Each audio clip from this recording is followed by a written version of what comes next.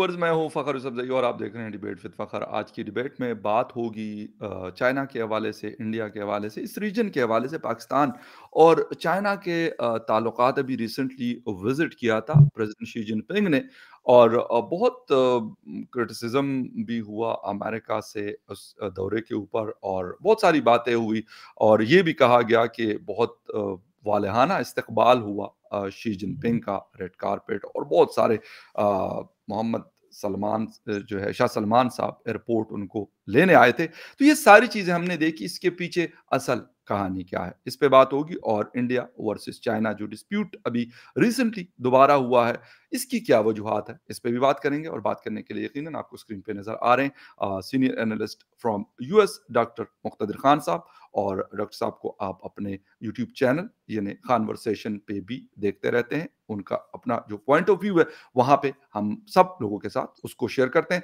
तो डॉक्टर साहब, thank you very much for joining the show. Thank you very much Fakhar साहब, और आपके सुनने वालों को मेरा सलाम, नमस्ते, सत श्री अकाल, वनक्कम, नमस्कारम। Thank you very much sir, और हम आपको पश्तो में कह देते हैं कि पखैर रागले। तो स्टार्ट करेंगे खैर सर। रागले, पखैर रागले। पखैर रागले। तो ओके सर, स्टार्ट करेंगे। एक तो इंडिया चाइना पे बिल्कुल आएंगे वो, क्योंकि इस वक्त एक बहुत बड़ा इशू चल रहा है। लेकिन शी जिनपिंग का सर विजिट पाकिस्तान में जो मीडिया ने कवर किया, कि बहुत ज्यादा कवरेज दी, गार्डियन वगैरह को मैंने पढ़ा, उसमें भी ये चीज हुई। और अमेरिका ने कहा कि शायद सऊदी अरेबिया रिप्लेस करना चाहता है, या फिर अमेरिका को कुछ जवाब देना चाहता है। सर कैसा देखते हैं? पहले भी बहुत सारे जो वर्ल्ड लीडर्स हैं वो विजिट करते रहते हैं रियाद को, लेकिन यहाँ पे एक स्पेशल अहमियत दी गई शी जिनपिंग को। देखिए, ये जो दौरा है, it is definitely A game changer मेरी नज़र में। Okay. It was not just Xi Jinping visiting Saudi Arabia. This was Xi Jinping entering Saudi Arabia, entering GCC, entering the Arab world. तो जिस तरह से उनका इस्तकबाल किया गया, सऊदी अरेबिया ने बेसिकली उनके लिए दरवाजे खोल दिए मिडल ईस्ट में। तो पिछले हम 2-3 साल से देख रहे हैं कि America has been retreating from the Middle East, creating a power vacuum, और अब आप साफ कह सकते हैं कि China has moved into the Middle East in a big way to fill the gap. लेकिन ये चीज़ तो पहले से भी हो रही थी। फॉर एग्जांपल, अगर आप करंट स्टेट ऑफ ट्रेड अगर देखें, सऊदी अरब चाइना, सऊदी अरब अमेरिका, तो 6 गुना ज़्यादा है तकरीबन। 6 गुना से भी मेरे ख्याल से ज़्यादा है। सऊदी एक्सपोर्ट्स और सऊदी चाइना एक्सपोर्ट्स इंपोर्ट्स को मिला लें तो कुछ 70 बिलियन डॉलर से ज़्यादा है। और चाइना सबसे ज़्यादा तेल रशिया से भी ज़्यादा सऊदी अरब से ख़रीदता है। सऊदी अरेबिया के सबसे ज़्यादा एक्सपोर्ट्स अब मेरे ख़्याल से यूरोपियन यूनियन के बाद चाइना है। जी। So in that sense, these countries are already very close in terms of economic relations. America के साथ सिर्फ 10-11 का ट्रेड है। अमेरिका बिल्कुल सऊदी अरब से तेल खरीदना ख़त्म कर दिया है।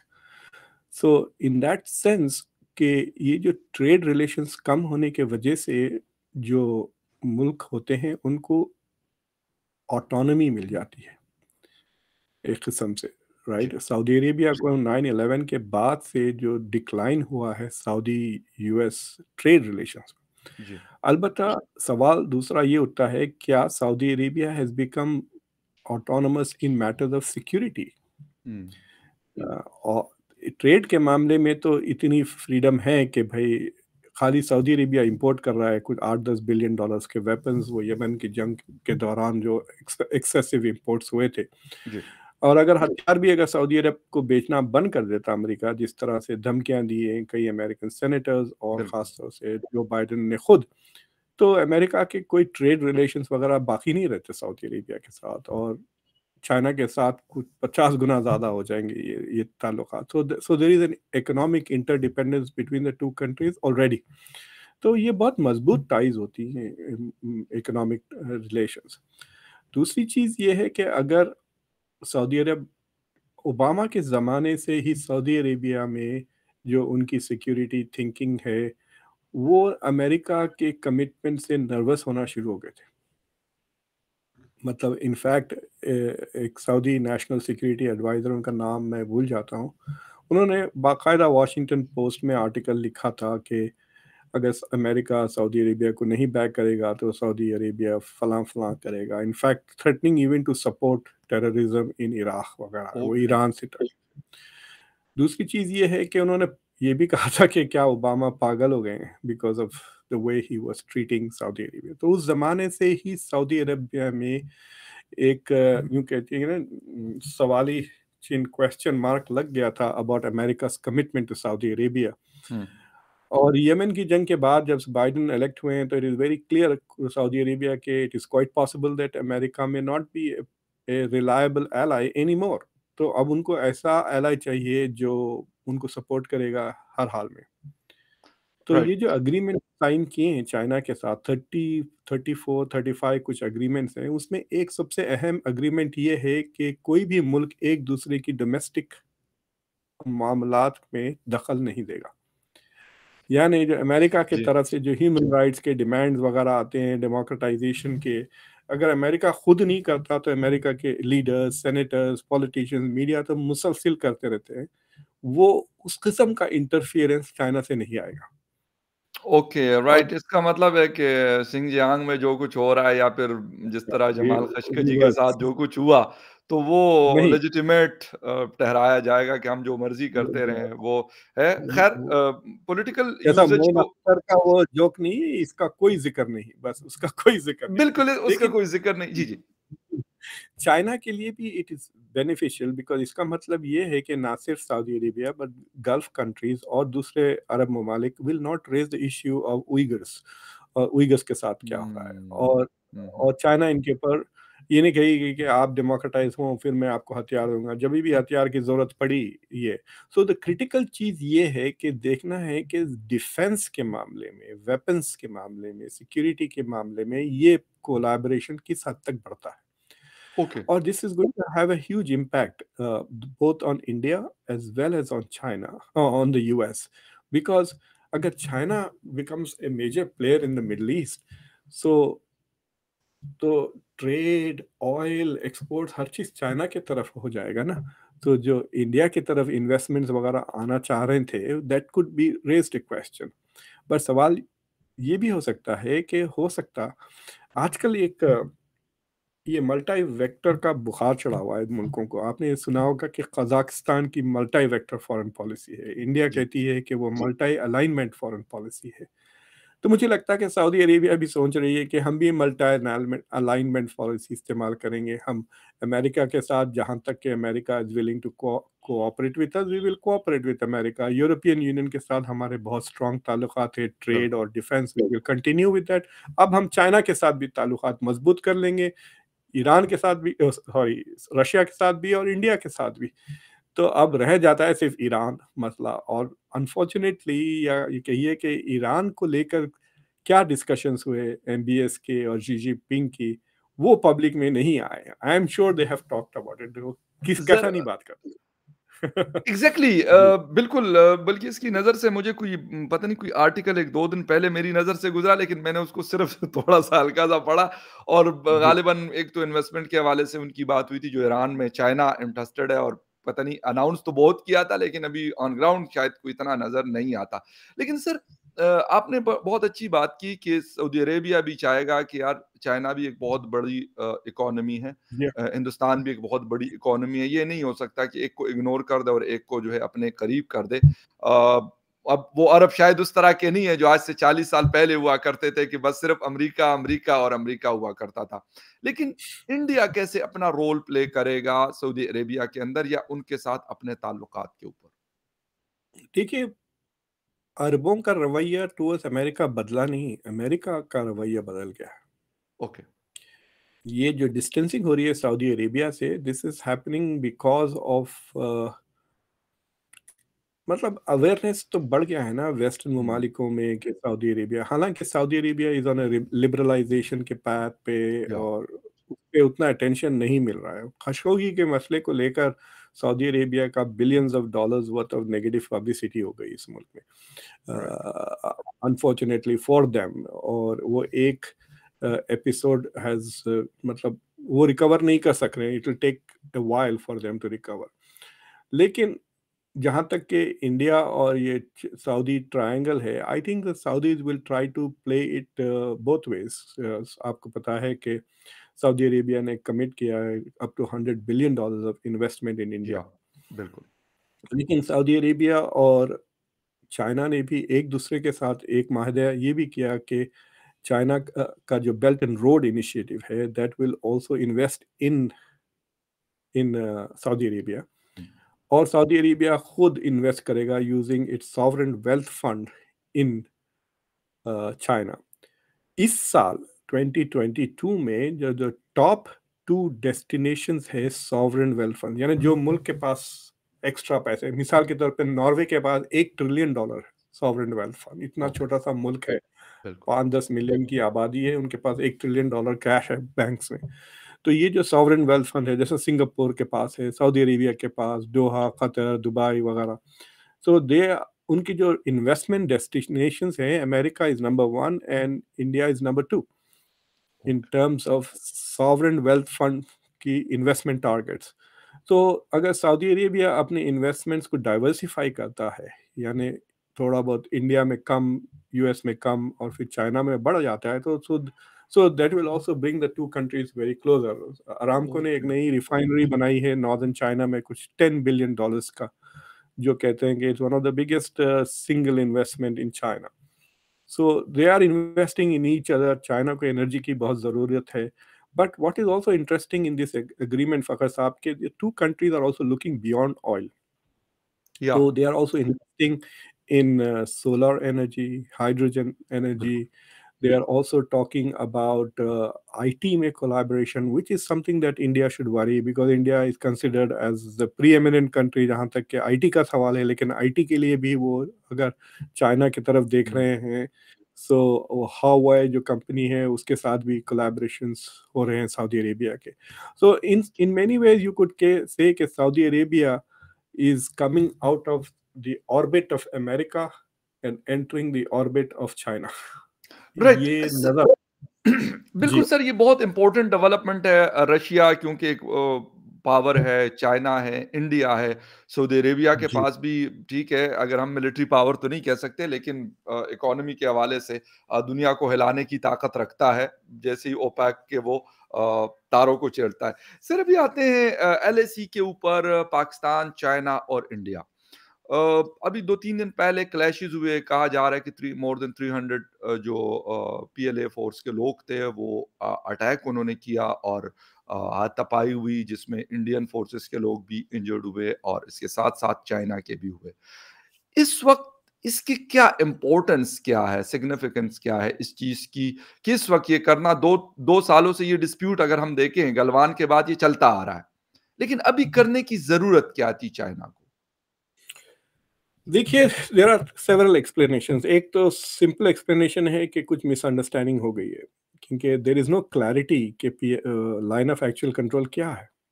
पीएलए का परसेप्शन अलग है, इंडियन आर्मी का परसेप्शन अलग है। तो हो सकता है कि वो समझ रहे हैं कि वो अपने मुल्क में हैं हम समझ रहे हैं कि हुँ, वो हमारा बॉर्डर क्रॉस आपके करके मुल्क आ चुके हैं। या मतलब चाइना के पास है तो एक ही कम्युनिके देखा मैंने जिसमें वो कह रहे थे कि इंडियन आर्मी ने लाइन ऑफ एक्चुअल कंट्रोल को क्रॉस किया है and they pushed it back. लेकिन इंडिया में तो बहुत गड़बड़ हो रही है इसको लेकर, there is lots of discussions TV या वगैरह पर। तो इंडिया का क्लेम है कि तकरीबन कुछ 600 के करीब चाइनीज सोल्जर्स ने लाइन ऑफ एक्चुअल कंट्रोल को क्रॉस किया, थोड़ी बहुत झड़प हुई और फिर उनको वापस पुश कर दिया, और उसके वजह से कोई ज़्यादा, दोनों साइड पे लोग इंजर्ड हुए बट नॉट सीरियसली। ओके, अब सोशल मीडिया पे वीडियोस एक्चुअली डिस्ट्रीब्यूट हो रहे हैं झगड़े के, जी, और I don't know what to make of that. मतलब वो कोई ऑफिशियल वीडियोस नहीं है, कौन लगा रहा, क्या लगा रहा, कब की है वो वीडियो, हो सकता है 5 साल पुरानी भी हो सकती है। बिल्कुल हो सकता है। सोशल मीडिया पे तो लोग कुछ भी कहते हैं। सो ऑफिशियली बस ये आ रहा है कि थोड़े बहुत दोनों तरफ इंजर्ड हो गए हैं and now they have started discussions to normalise the thing. तो अगर चाइना के का कोई सीरियस मोटिवेशन होता इसके पीछे, तो why hmm, would they immediately क्यों रुक जाता हो? एक दूसरी चीज ये है कि और मज़ीद क्यों नहीं उन्होंने इसको पुश किया? That is the second question. दूसरी बात ये है कि इंडिया ने अपने जेट्स को स्क्रैम्बल किए। If it was just a minor scuffle, why did India need air support? और फिर ये भी रिपोर्ट्स आ रहे हैं कि झगड़े से पहले चाइना के ड्रोन्स काफ़ी वहाँ पे फ्लाई हो रहे थे। तो हो सकता है कि Indian air force is going up there to may be shoot the drones, अगर वो लाइन ऑफ एक्चुअल कंट्रोल को क्रॉस कर रहे हैं। बट जो समझदार लोग हैं, उनका कहना है कि China is trying to occupy strategic locations along the LAC.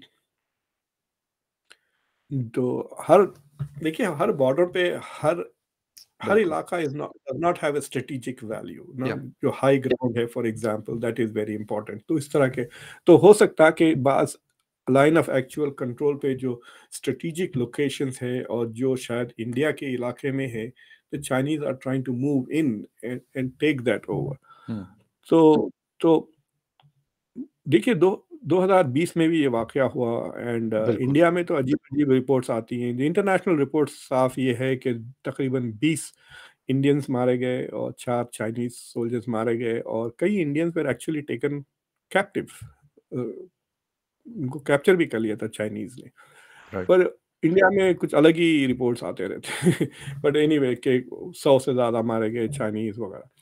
But थोड़ी ज़मीन भी India lost in that disagreement, Galwan की झगड़े पर। जी, जी। तो उसके बाद से एटलीस्ट 2 ऐसे मौके मिले हैं जिसमें नरेंद्र मोदी और Xi Jinping have been in the same room. एक तो समरकंद में ड्यूरिंग द एससीओ के बिल्कुल। इवेंट पे, फिर जी20 की मीटिंग में बाली में, वहाँ पे तो वीडियोस भी आए हैं उनके। Why haven't they talked about it? India के जो फॉरेन मिनिस्टर है जयशंकर, उन्होंने उनकी राज्यसभा में या कहीं स्पीच में उन्होंने रिसेंटली कहा कि जब तक के लैक बॉर्डर का इशू सेटल नहीं हो जाता, अ, इंडिया के साथ रिलेशंस को हम नॉर्मल नहीं कह सकते। तो relations are in state of abnormality, normalisation नहीं हुआ। चक्कर ये है कि पिछले 75 साल की में India has not succeeded in resolving border issues with Pakistan और चाइना। दोनों के बॉर्डर्स पे ये बॉर्डर इश्यूज है and India needs to resolve this. India ने पहले कोशिश की है, आज से 20 साल पहले से भी कोशिश की कि लाइन ऑफ एक्चुअल कंट्रोल को डीमार्केट करें, और ग्राउंड पर भी और मैप पर भी, ताकि दोनों मुल्क उसको अग्री कर लें कि ये दिस इज इट। सी, अगर या आपने कोई अग्रीड अपॉन बॉर्डर है, फिर इसके बाद कोई अगर मुल्क उसको इनकर्जन्स करता है, तो then it is identifiable that who is the guilty party, hmm, right? तो बट यहाँ पर प्रॉब्लम ये है कि there is no agreed upon, ये इमेजिनरी परसेप्शंस है ये, कि इंडिया समझता है ये हमारा बॉर्डर है, चाइना कहता है नहीं ये है। तो बिल्कुल। अग्रीड अपॉन नहीं है। और इंडिया ने कोशिशें की हैं to try to come across to get with China and diplomatically try to जी, रिजॉल्व दिस इश्यूज। और इंडिया से ये कहने आता है कि China is not agreeing on any of these matters. China से अनफॉर्चुनेटली उतनी ट्रांसपेरेंसी नहीं है इस मसले पर बिल्कुल। जितना इंडिया इज या ट्रांसपेरेंट। इंडिया में खुलेआम लोग आपस में भी बात करते हैं, टेलीविजन चैनल पे भी डिस्कशंस होते हैं, मैगजीन्स में। अभी कैरावान में काफ़ी अच्छा आर्टिकल छपा ऑन दिस इश्यू, पढ़ रहा था मैं। So floor of the what house is बड़ी डिस्कशन हो रही है सर, मतलब आप लोगों के यहाँ पार्लियामेंट में डिस्कशन हो रही है इस इश्यू पे। पार्लियामेंट में डिस्कशन हो रही है। मतलब राजनाथ सिंह ने दोनों जी, हाउसेस को एड्रेस किया ऑन दिस बिल्कुल। इश्यू। थोड़ा या पॉलिटिसाइज भी हो गया है ना, कि ऑपोजिशन को भी छड़ी मिल गई है पिटाई करने की अमित या शाह साहब चप्पल। का स्टेटमेंट आया है, जयशंकर साहब को मैं सुबह सुन रहा था एक इंटरव्यू में, वो ये बात कर रहे थे। जी, जी। हाँ, so but the point is कि India has to resolve this issues, other वरना ये चलते रहेंगे। और दूसरी चीज़ ये है कि अभी India has had some military training exercises with the US. या, युद्ध अभ्यास नाम का एक ट्रेनिंग या, एक्सरसाइज़ हुआ इन नॉर्थ, उत्तराखंड के नॉर्थ में। तो तो बाद लोगों का ख़्याल ये है कि this is China expressing its unhappiness with that activity. कि चाइना डज़ नॉट लाइक कि इंडिया इज़ या, गेटिंग वेरी क्लोज़र। और यहाँ पे पेंटागन में एक रिपोर्ट छपती है, China military power reports, China military CMPR के नाम से हर साल the department of defence is required to publish. तो इस बार जब वो पब्लिश हुई थी वो रिपोर्ट, उसमें उन्होंने कहा था कि China has expressed unhappiness about the quad strategy, और क्वाड के थ्रू जो इंडिया और चाइना अमेरिका के बीच में जो डिफेंस पार्टनरशिप हो रही है। So I have a feeling कि इंडिया नीड्स टू हैव, अब देखिए G20 का इवेंट्स हो रहे हैं इंडिया में, बिल्कुल। SCO की प्रेसिडेंसी है, या तो under the forum of SCO या G20, इधर ऑफ द टू के तहत one of the things that India should start is discussion of border issues. Bangladesh के साथ जो बॉर्डर के मसाइल थे, अपेरेंटली दे हैव बीन पूरी तरह से settled between India and Bangladesh. अब रह गए हैं इनके साथ, and they need to work on that. Myanmar के साथ भी कुछ मसाइल हैं अभी that haven't been settled, it's more about insurgency type activity ज़्यादा है वहाँ पर। लेकिन ये चाइना के साथ जो बॉर्डर इशू है, if they are not very careful this can erupt. अभी तक तो फिजिकल झगड़े हो रहे हैं ना, अगर 25 लोग मार जाते या 100 लोग मर जाते तो then what will happen, will there be a war? Can these two countries afford to hmm. Go to war with each other over this area? मतलब दोनों के लिए बहुत ही डेबिलिटेटिंग रहेगा ये। अच्छा सर, एक बात ये आ रही है कि जिन-जिन लोगों के भी मैं स्टेटमेंट्स पढ़ रहा हूँ, मैं इंडिया की बात जी, करूँ, चाइना का तो नहीं कुछ आता इस तरह का, और ना चाइनीज़ जी, लैंग्वेज हमें समझ में आती है, लेकिन हिंदी में होता है तो बात समझ आ जाती है। वो ये कह रहे हैं कि भई अगर आपका ये ख़्याल है, वो बार-बार ये 2020 में भी उन्होंने ये बात की कि भई ये वो वाला इंडिया नहीं है जो 1962 में आप लोगों ने देखा था या 1967-69 में ये देखा था। ये 2022 का इंडिया है और ये नरेंद्र मोदी साहब की लीडरशिप वाला इंडिया है। इन चीज़ों को कैसा देख रहे हैं कि हालाँकि मैंने जयशंकर साहब को आज सुना और वो ये बता रहे थे कि यार इकोनॉमी का, मिलिट्री पावर्स का काफ़ी सारे डिफरेंसेस हैं, लेकिन हमने काम बहुत किया है पिछले कुछ 4-6 सालों में। देखिए, एक तो एक इंडिया में जो पब्लिक डिस्कोर्स हो गया है चाइना को लेकर, इट इज जी, कंप्लीटली अनरियलिस्टिक। अगर आप इंडिया के कमेंटेटर्स को सुने, यूट्यूब चैनल्स पे तो इंतहाई लाइक ऐसा लग रहा है कि कोई दूसरे प्लेनेट पे बैठे हुए हों। ऐसा जैसे कि चाइना की इकोनॉमी कल कोलैप्स हो गई है, यानी कल शाम को हो गई थी होगी, लेकिन मुझे नहीं पता, लेकिन अब डेफिनेटली दोपहर तक तो, लंच तक तो चाइना इस खत्म, पूरी तरह से खत्म हो गया चाइना। इस तरह की बकवास लिटरली अजीब बातें हो रही। जी। मैं आपको साफ बता देता हूँ, इंडिया चाइना का population is identical, nearly 1.4 1.3 billion है। चाइना इज 6 टाइम्स, गिन ले, 1 2 3 4 5 6 गुना बड़ी है इकोनॉमी इंडिया से। इंडिया तो इतना खुश हो रहे हैं कि $3 trillion, China is close to $18 trillion with the same population, यानी हुँ, चाइना की per capita income is 6 times that of India. और इतनी बड़ी इकोनॉमी होने की वजह से they have more money to spend on defence. India का जो डिफेंस बजट है, इट इज अबाउट 75-76 हाँ, बिलियन डॉलर। बिल्कुल। चाइना का इज ओवर 245 बिलियन डॉलर। तो उसका डिफेंस बजट भी 3 साढ़े 3 गुना ज्यादा है, which means that actually China is spending less money on defense in terms of the percentage of its GDP than India is. तो अगर आपके पास और उनका इंफ्रास्ट्रक्चर आगे बढ़ा हुआ है, उनकी इन technologically militarily they are ahead in many ways, ठीक है। तो अगर जंग वगैरह होती है तो देर इज नो डाउट के, मतलब दोनों मुल्क will suffer, but India is not going to prevail over China, ये इंडियन एनालिस्ट भी कहते हैं। So I okay. Don't know why there is so much of jingoism India में इस मसले को लेकर। और दूसरी चीज ये है कि मतलब I don't know what you want to say, 1962 के बाद पहली बार India lost some land territory to China और वो नरेंद्र मोदी के अंडर हुआ है। So I don't know what they want to talk. Narendra Modi के अंडर ही ये सारे एपिसोड्स हुए हैं, गलवान का भी एपिसोड हुआ है, और ये अब जो लैक, इससे पहले नहीं हुए थे इतने ज्यादा एपिसोड्स, हुँ, और they never became such big issues also. So I think Jaishankar is right to say, मतलब जयशंकर की फोकस ऑन फॉरेन पॉलिसी में कैपेबिलिटीज और कैपेसिटीज की वो बहुत बात करते हैं। मैं रिसेंटली उनका एक डिस्कशन देखा एशली टेलिस के साथ, कार्नेगी के जो इंडिया एक्सपर्ट हैं, तो उसमें ही वाज टॉकिंग कि जब लोग इंडिया की फॉरेन पॉलिसी की बात करते हैं, they talk about errors and mistakes, but they don't talk about capacity, कि some hmm, of the mistakes और failures are not failures in bad policy making, but they are failures in terms of lack of capabilities. Right. So he's a much more sensible or focused आदमी है. So I think he is making much more sensible statements. लेकिन जो दूसरे India के politicians है वो they are more worried about public opinion. Election आ रहे हैं इंडिया में, अब हर बार इलेक्शन, ये नहीं तो गुजरात का इलेक्शन नहीं हुआ तो और एक इलेक्शंस आते ही रहते हैं. So the BJP has to maintain its macho image जो बना रखा है उन्होंने. So unlike China where they don't have to worry उतना ना इस मसले पर, domestic opinion पर, election का फिक्र इन्हें, Xi Jinping तो अब life for life बन चुके हैं. हुँ, So, which is not the case. Modi has to worry about 2024 कि अगर ऐसा लगा कि India is looking कमजोर under his reign, then it could impact the electoral outcome. So those are the challenges.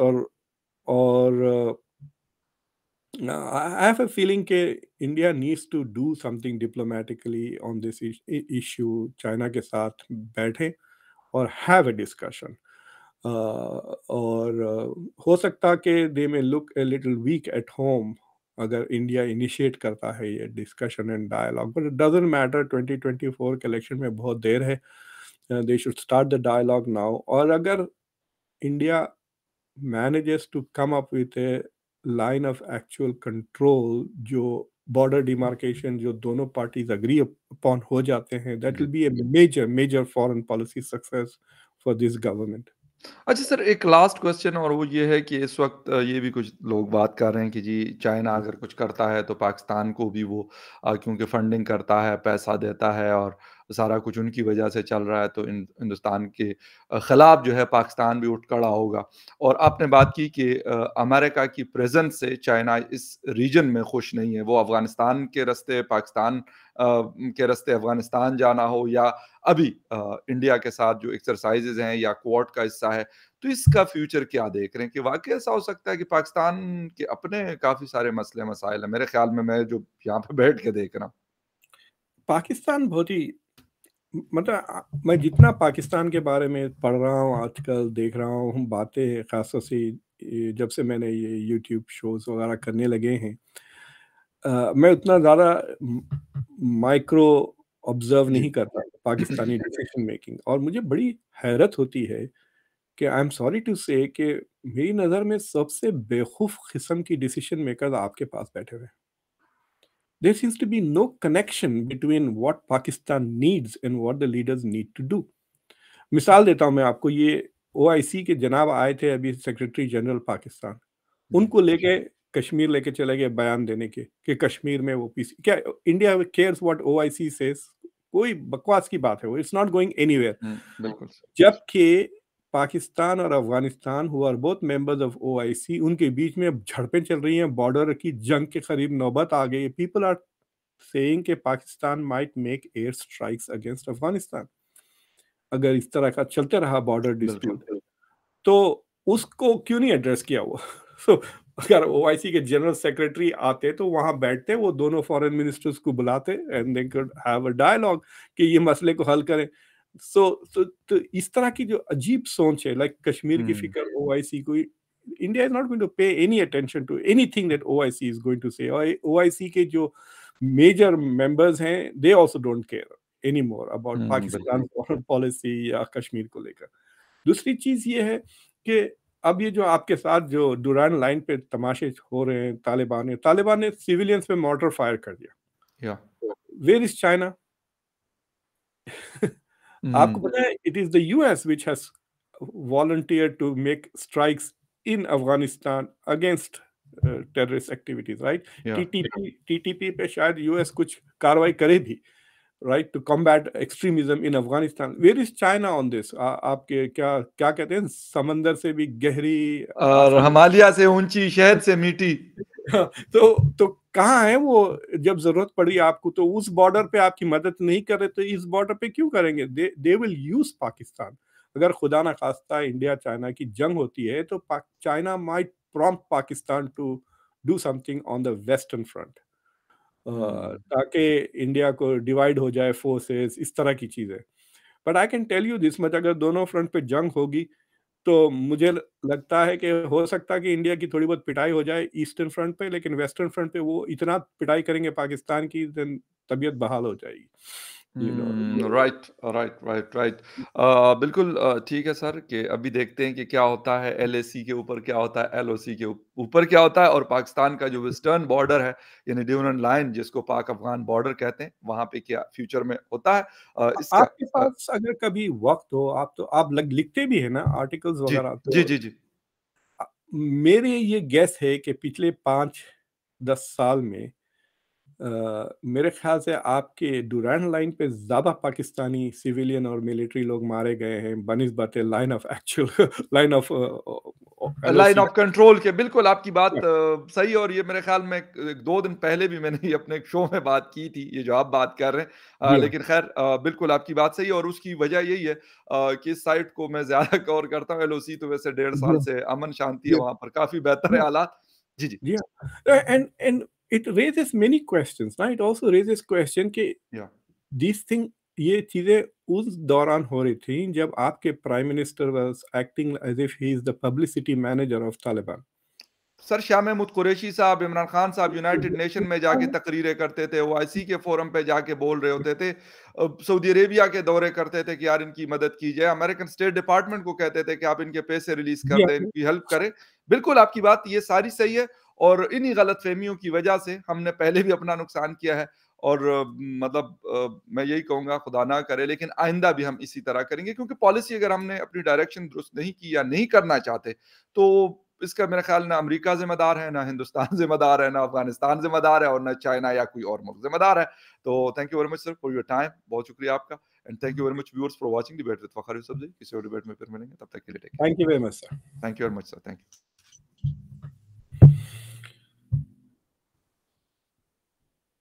Thank you very